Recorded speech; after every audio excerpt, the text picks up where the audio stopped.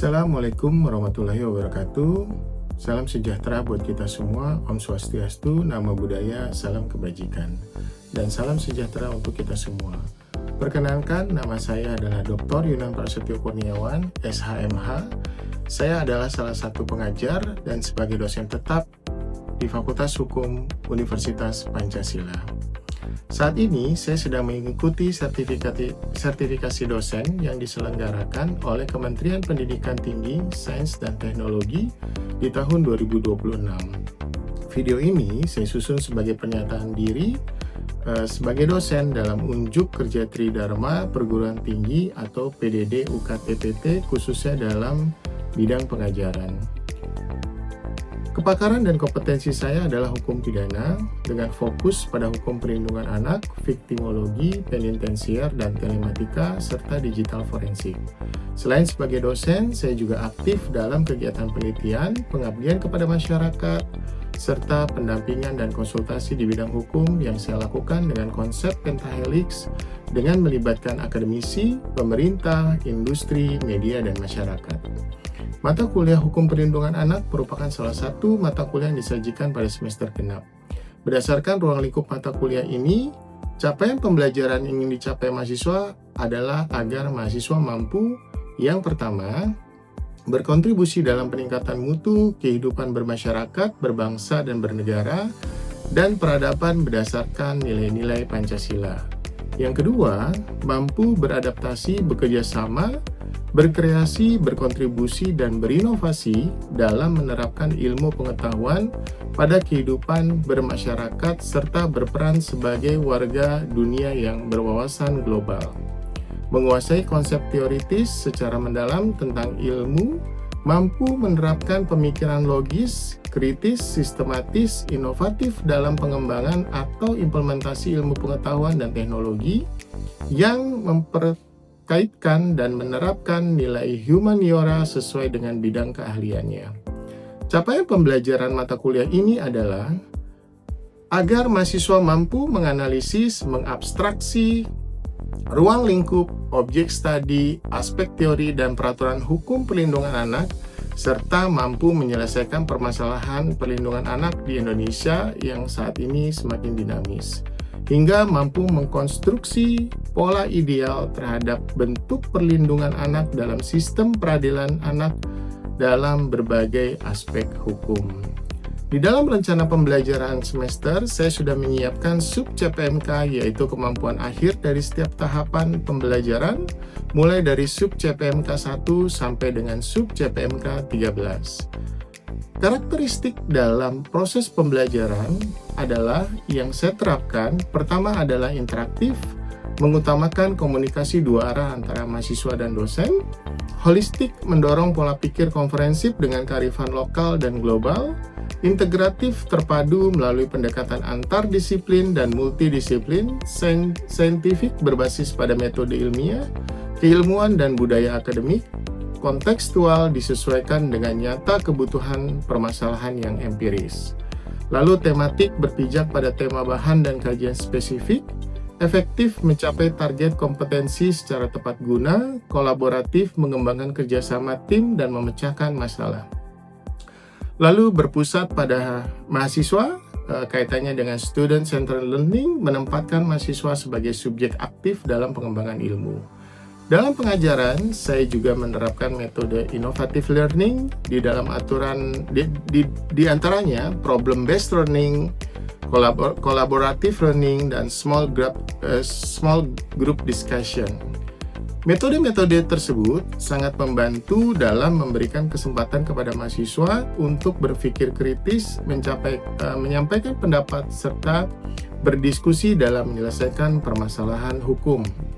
Referensi yang saya gunakan di dalam kegiatan mengajar saya adalah seperti buku Ajar HVA, Hukum Perlindungan Anak, yang saya miliki sendiri, dan buku-buku lain yang berkolerasi, jurnal terindeks atau bereputasi sebagai referensi-referensi, kemudian media online, hasil-hasil putusan pengadilan untuk menghasilkan dampak atau outcome terhadap proses pembelajaran kepada mahasiswa, serta untuk mendorong mahasiswa memiliki kemampuan mengaplikasikan teori pada kasus hukum nyata yang kemudian dikembangkan dan dituangkan dalam penelitian dan publikasi terindeks bereputasi. Tatap muka yang dilaksanakan sebanyak 14 kali pertemuan dengan ujian tengah semester dan ujian akhir semester. Dan penjelasan terhadap aturan perkuliahan saya sampaikan di awal sebagai kontrak perkuliahan termasuk persyaratan kehadiran minimal 75% agar mahasiswa dapat mengikuti evaluasi dan memperoleh nilai akhir dengan baik. Tahapan akhir dari keseluruhan komponen penilaian yaitu penilaian terdiri dari keaktifan mahasiswa dan mahasiswi di kelas, tugas individu maupun kelompok, project atau team-based project, ujian tengah semester, UTS, dan ujian akhir semester atau yang kita kenal sebagai UAS. Demikian penjelasan mengenai mata kuliah Hukum Perlindungan Anak yang saya ampu di Fakultas Hukum Universitas Pancasila, dan selanjutnya saya akan memberikan paparan materi pembelajaran di kelas. Terima kasih. Wassalamualaikum warahmatullahi wabarakatuh. Baik, teman-teman, adik-adik mahasiswa, hari ini kita akan kuliah perdana tentang hukum perlindungan anak ya. Nah, saya akan bawakan konsep materi tentang hukum perlindungan anak. Nah, kebetulan slide yang pertama ini saya jelaskan dalam materi pembelajaran mikro secara garis besar, secara luas. Kenapa? Karena di materi awal ini teman-teman memerlukan pemahaman secara komprehensif, secara keseluruhan ya. Hukum perlindungan anak memiliki materi yang cukup luas. Kenapa? Karena kita akan melihat dari berbagai sudut, berbagai macam angle, ya. Ada perlindungan anak dalam aspek hukum perdata, ada dalam aspek hukum pidana, ada dalam aspek hukum perburuhan, administrasi, dan sebagainya. Sehingga hukum perlindungan anak ini mencakup dalam luasan yang begitu luas. Nah, untuk slide pertama, saya akan memberikan materi pembelajaran mikronya supaya teman-teman bisa memahami gambaran secara keseluruhan apa yang akan kita pelajari, tentunya sesuai dengan RPS, tentunya sesuai dengan pengembangan-pengembangan yang ada di dalam konteks RPS dan capaian RPS, sehingga teman-teman bisa memahami secara keseluruhan. Kita masuk di slide kedua ya. Nah, capaian pembelajarannya apa teman-teman? Pertama, mahasiswa dan mahasiswi mampu menguraikan pengertian dasar hukum dan tujuan perlindungan anak di Indonesia, serta permasalahannya di dalam masyarakat dan bidang kehidupan. Kenapa? Karena problem tentang anak di Indonesia itu luas sekali, banyak sekali gitu ya. Nanti mungkin di pertemuan selanjutnya kita akan berbicara mengenai case-case gitu ya. Apa bentuk dan persoalan aspek hukum perlindungan anak dalam bidang pidana misalnya. ABH misalnya, anak yang berhadapan dengan hukum. Siapa sih ABH yang anak berhadapan dengan hukum gitu ya. Kemudian berbicara mengenai sistem peradilan anak gitu ya. Ada di undang-undang mana? Misalnya di Undang-Undang 11 tahun 2012, bagaimana sistem yang ada di dalam sistem peradilan anak? Apa yang membedakan dengan sistem peradilan pada orang dewasa? Nah, itu menjadi cukup penting buat teman-teman untuk mengetahui apa itu hukum perlindungan anak dalam aspek hukum pidana. Belum lagi nanti yang dalam aspek hukum perdata, ya, itu juga begitu luas lagi tuh. Ada beberapa komponen ya mengenai aspek perlindungan anak dalam hukum perdata.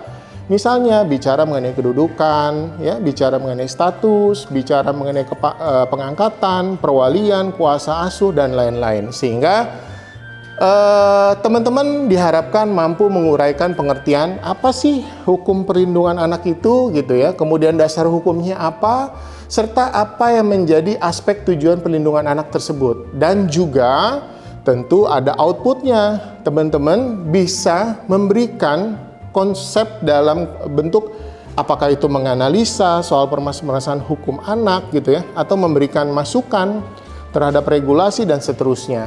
Lalu yang kedua, teman-teman mahasiswa-mahasiswi mampu menjelaskan syarat dan pelaksanaan perlindungan anak dan hambatan dalam perlindungan anak gitu ya.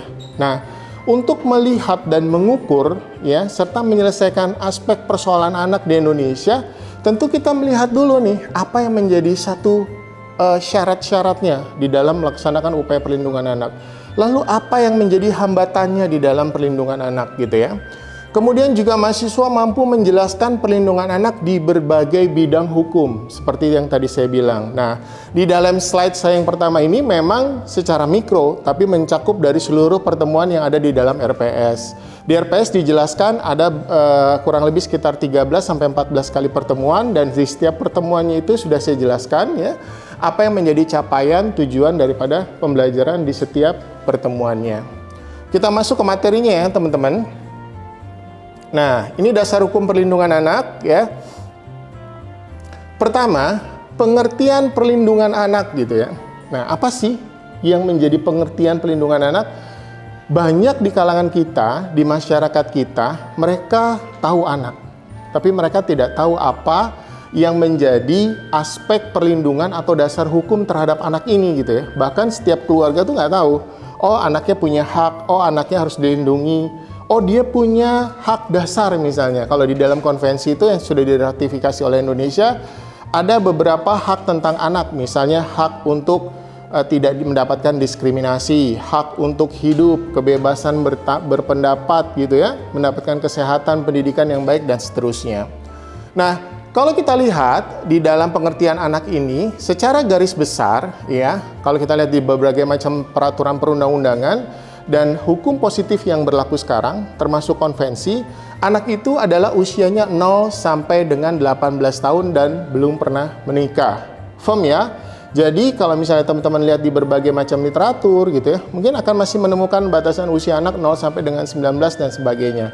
Tapi kita memakai hukum positif yang sekarang berlaku, maka usia anak adalah 0 sampai dengan 18 tahun. Kemudian, pengertian pelindungan anak itu sendiri adalah memberikan perlindungan anak dalam konteks di mana setiap anak itu dapat melaksanakan hak dan kewajibannya, gitu ya. Kadang-kadang kita berpikir, Pak, hak itu apa sih? Hak itu adalah hak yang melekat sama dia. Tentu anak tidak pernah berpikir bahwa, oh saya harus mendapatkan hak nih. Dia mungkin tidak berpikir untuk meminta gitu ya. Tapi kita sebagai manusia gitu yang dewasa dan mengerti tentang tatanan sosial, hukum anak, kita harus memberikan tuh. Makanya dalam setiap aspek perlindungan anak tuh kita yang aktif gitu ya. Masyarakat, negara, kita yang aktif, terutama orang tua pada gerbang pertama. Untuk aktif untuk apa? Untuk tetap mendapatkan haknya dia. Tetap mendapatkan apa yang menjadi haknya dia dan juga terhadap kewajibannya dia sebagai anak gitu ya. Maka kalau kita ambil dalam konteks dua ini, pengertian hukum perlindungan anak adalah aspek hukum yang melindungi, mengatur, serta menjamin gitu ya, anak untuk dapat melaksanakan hak dan kewajibannya secara seimbang dan manusiawi. Nah, bayangkan kalau dalam aspek regulasi hukum positif kita tentang anak, ya, itu dapat seimbang dan dapat diterapkan di dalam lingkungan masyarakat. Kenapa teman-teman sampai sekarang masih ngelihat begitu banyak penelantaran anak gitu ya, kemudian eksploitasi, ya, kemudian hal-hal yang sifatnya destruktif terhadap anak gitu ya, diskriminasi dan sebagainya. Karena memang pada prinsipnya tidak semua orang mengerti dan paham tentang hukum anak. Oh, anak tidak boleh ditaruh di jalanan, tidak boleh ikut menjual tisu misalnya. Kenapa? Karena orang tuanya tidak tahu bahwa itu adalah hak yang melekat dia. Sementara dia tidak paham, anak itu kan tidak paham ya. Makanya hak itu harus diberikan tanpa diminta, gitu ya. Oke, sampai di sini sebagai pengantar, ada yang mau bertanya? Silakan kalau ada yang mau bertanya. Ayo, mungkin supaya nggak terlalu serius, ada yang mau bertanya? Kira mau bertanya? Belum. Oke, kita lanjut ya. Kalau tidak ada yang mau bertanya, kita lanjut. Nah, pelaksanaan perlindungan anak di Indonesia. Nah, teman-teman, hukum anak sudah diatur dan sudah berlaku di negara Republik Indonesia. Salah satu yang menjadi dasar Indonesia mengatur tentang hukum anak karena kita adalah negara bagian dari PBB, bagian dari dunia yang ikut dan berpartisipasi dalam perlindungan anak secara global, secara dunia. Ya. Nah, ini ya, setiap anak berhak atas kelangsungan hidup berdasarkan Undang-Undang Dasar 1945, Pasal 28 Ayat 2. Tumbuh berkembang, serta berhak atas perlindungan kekerasan dan diskriminasi. Ini adalah sebagai dasar dari semua peraturan hukum positif yang ada di Indonesia. Lalu yang kedua, kita sebagai negara yang ikut meratifikasi tentang Konvensi Hak Anak gitu ya. Dalam Kepres nomor 39 tahun 1990 mengikat secara hukum keperdataan Indonesia. Konsekuensinya, maka Indonesia harus dan tunduk serta ikut melaksanakan aspek pelindungan anak. Makanya setelah kita meratifikasi Kepres setelah kita meratifikasi konvensi, begitu banyak tuh hukum tentang perlindungan anak muncul ya, sampai sekarang terakhir di 35 tahun 2014 tentang hukum perlindungan anak gitu ya. Nah, disitulah mulai berbagai macam aturan-aturan hukum positif kita berlaku yang sampai sekarang dijalankan. Lalu ada perundang-undangan tentang perlindungan anak, ada di Undang-Undang 23 tahun 2002 yang kemudian dirubah menjadi Undang-Undang 35 2014. Ada Undang-Undang 11 tahun 2012 yang sebelumnya Undang-Undang nomor 3 tahun 97 tentang pengadilan anak. Nah, karena dianggap pengadilan anak ini tidak begitu tidak begitu pas gitu ya undang-undang yang sebelumnya, maka dirubah menjadi sistem peradilan anak, Undang-Undang 11 tahun 2012. Di mana di Undang-Undang 11 tahun 2012 ini sudah mengadopsi sistem yang lebih humanis bagi anak. Contoh misalnya dalam penjatuhan pidana bagi anak, ada sanksi alternatif.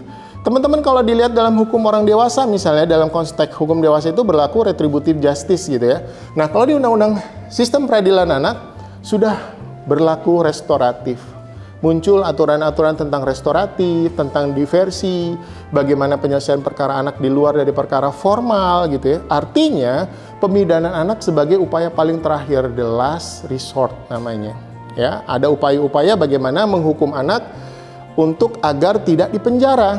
Kadang-kadang teman-teman berpikir, ya Pak, kenapa sih kalau di dalam sebuah case anak itu banyak hakim yang ternyata menjatuhkan hukuman sangat ringan, bahkan cuma hukum pembinaan di luar daripada penjara misalnya. Kalau di anak tidak ada penjara ya, adanya LPKA, Lembaga Pembinaan Khusus Anak.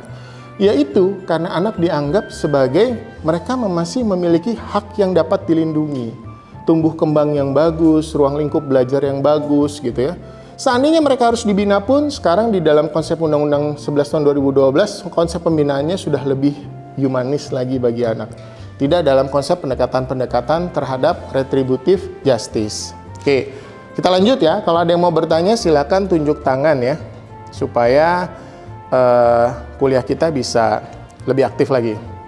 Nah, ini yang sebagai menjadi landasan konstitusi usaha perlindungan anak di Indonesia, ya, Undang-Undang 35 2014.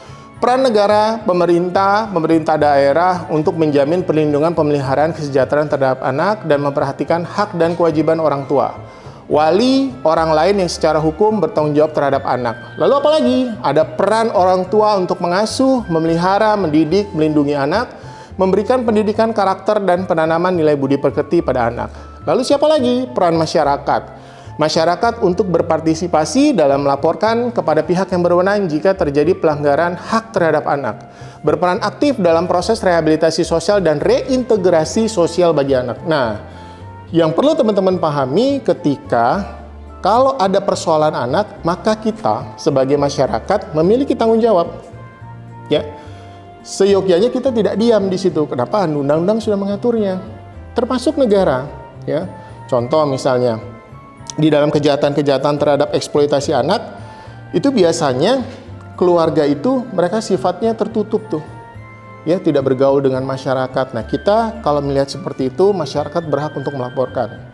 Karena ini menyangkut terhadap kepentingan anaknya. Anak tidak bisa berontak di situ. Anak tidak bisa mengadu.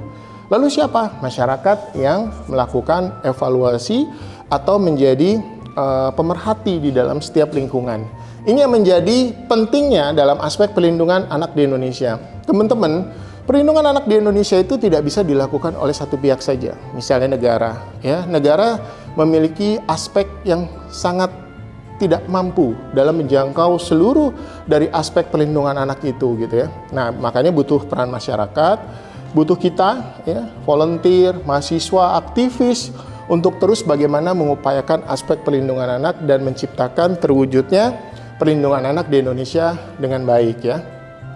Oke, kita lanjut ke slide berikutnya. Nah, ini teman-teman yang perlu teman-teman ketahui, ada konsep penyelesaian perlindungan anak yang memiliki dasar gitu ya. Apa tuh?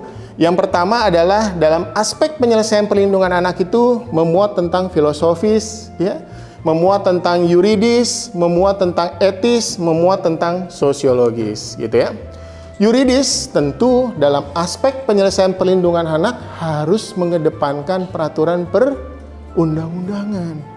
Kalau anak tidak boleh dihukum, ya tidak boleh dihukum, misalnya gitu ya. Kalau di dalam Undang-Undang 11 tahun 2012, anak dihukum ringan, ya dihukum ringan. Atau misalnya ada alternatif terhadap penghukuman, ya maka ada alternatif terhadap penghukuman. Maka segala sesuatu yang berkaitan dengan penyelesaian terhadap konsep perlindungan anak, gitu ya, harus dengan dasar yuridis, gitu ya. Kemudian apalagi aspek filosofis. Nah, karena kita negara Pancasila, ya, maka di dalam aspek keadilan itu harus terwujud tuh. Saya ingat dulu ya kata guru saya dalam perspektif keadilannya Jeremy Bentham itu ada di pasal 2 ada di butir sila kedua. Ya. Di mana setiap keadilan itu bisa dirasakan oleh segenap bangsa Indonesia, termasuk anak di situ. Maka konsep dasar penyelesaian perlindungan anak itu ada di Pancasila juga. Ya, keadilan sosial bagi seluruh Indonesia, ketuhanan yang Maha Esa, persatuan Indonesia, gitu ya. Nah, di dalam part-part of sila-sila itu menganut tentang bagaimana konsep penyelesaian itu bisa dijadikan sebagai dasar dalam sila-silanya. Lalu apalagi etis. Nah, etis ini berkaitan dengan apa, teman-teman? Anak ini adalah khusus, beda dengan orang dewasa. Anak memiliki aspek psikologi yang berbeda. Aspek fisik tentu beda, anak lebih kecil secara fisik.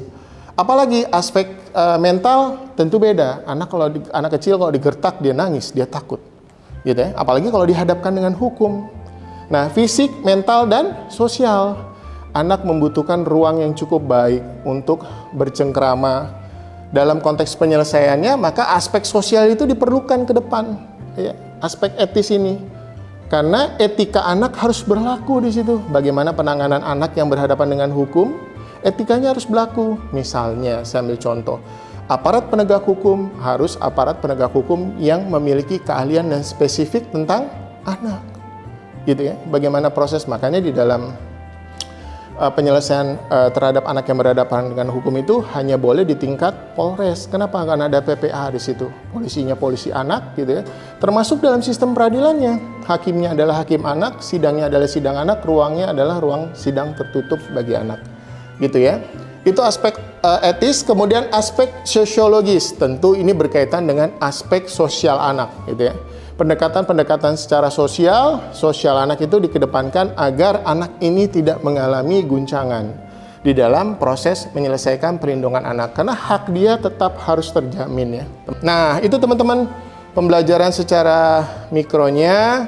Semoga pembelajaran mikro ini bisa menjadi pengantar teman-teman di dalam perkuliahan ke depannya. Sudah ada basic yang nanti bisa dipahami. Tentu nanti teman-teman harus baca juga di dalam RPS-nya, pertemuan pertama, kedua, ketiga, keempat, apa capaian pembelajarannya dan apa yang akan disajikan dalam pembelajaran tersebut. Saya mengucapkan terima kasih kepada teman-teman yang sudah hadir pada siang hari ini. Semoga kita semua diberikan kesehatan, keberkahan, dan kelancaran di dalam menjalankan perkuliahan sehari-hari. Saya tutup, wabillahi taufiq wal hidayah. Wassalamualaikum warahmatullahi wabarakatuh.